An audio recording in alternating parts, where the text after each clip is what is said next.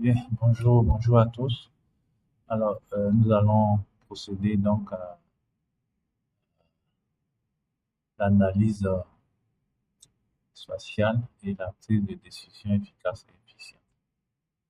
Alors, la vidéo précédente était relative au traitement des données, au nettoyage, suppression des champs inutiles. Cette vidéo que nous faisons actuellement donc sera consacrée à, à l'analyse spatiale en vue donc de prendre décision. Donc, que Guise est déjà ouvert, nous allons aller donc sur donc, notre projet.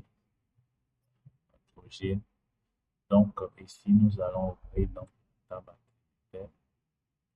Dans la table activitaire.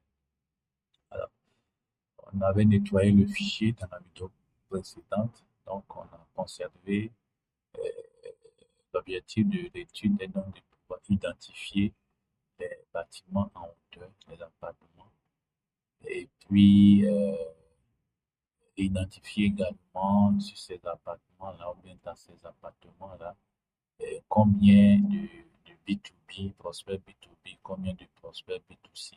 Comme je le disais, dans le cas donc d'un projet réel, euh, il y a à avoir des enquêteurs sur le terrain pour pouvoir faire ce travail-là. Donc ici, c'est juste la méthodologie qui nous intéresse.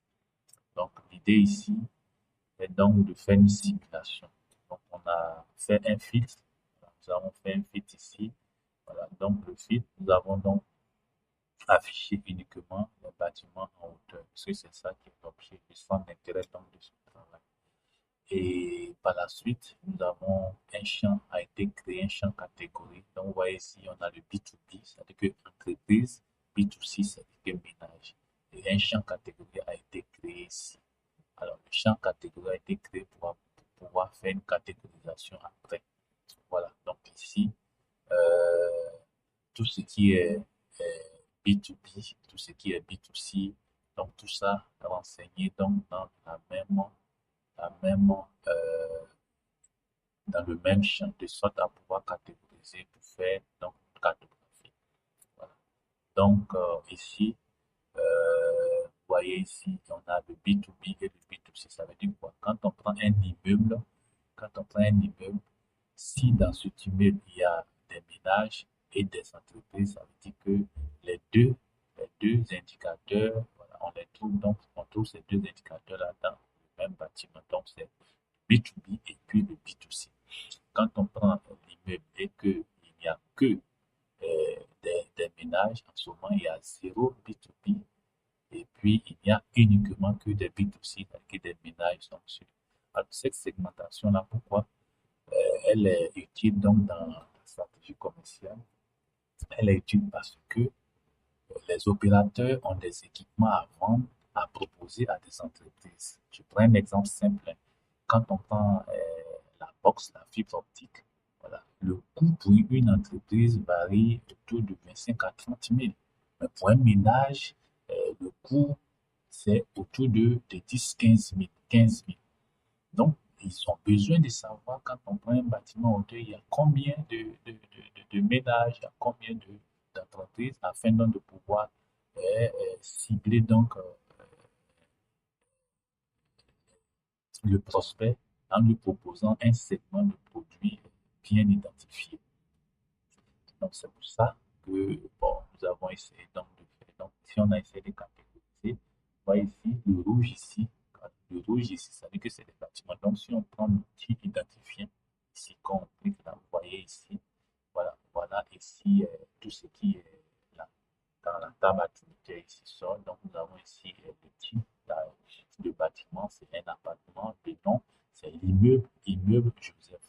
Donc, à l'intérieur, voilà, après enquête, on a du B2B, donc on a deux entreprises qui sont dans le bâtiment et on a 14 ménages.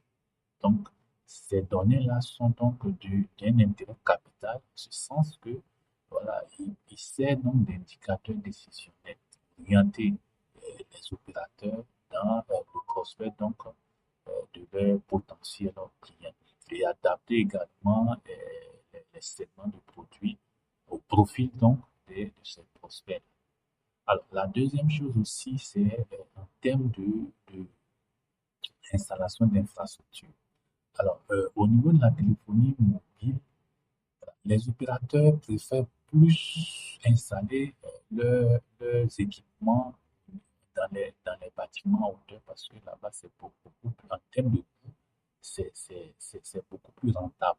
Parce que dans un immeuble, il y a plusieurs appartements. Donc, on installe une seule infrastructure pour desservir tous les ménages et entreprises qui sont dans ce bâtiment. Par contre, les, les, les, les habitations les maisons basses, par exemple, pour une maison basse, pour une villa, il faut installer un équipement, il faut implanter un poteau. Pour un deuxième, un poteau. Donc, en termes de coût d'installation, ça devient beaucoup plus cher. Donc, dans la stratégie commerciale, les, les opérateurs préfèrent plus aller vers donc, ceux qui sont dans les bâtiments en hauteur pour capitaliser sur l'investissement. Donc, c'est pour cette raison que cette étude de cas paraît très intéressante parce que, bon, voilà, en termes d'investissement, en termes aussi de rentabilité, c'est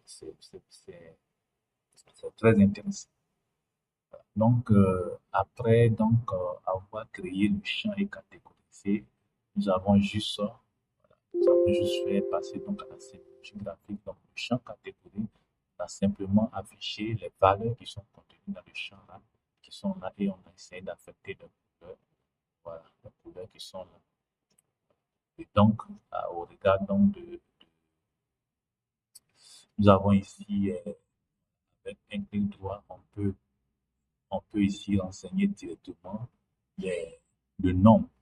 Là, on a le total qui fait 829 ici.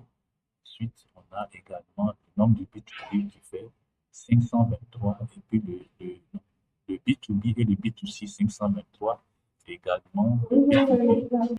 Donc, on a également le B2C qui fait 291 et le B2B qui fait 15.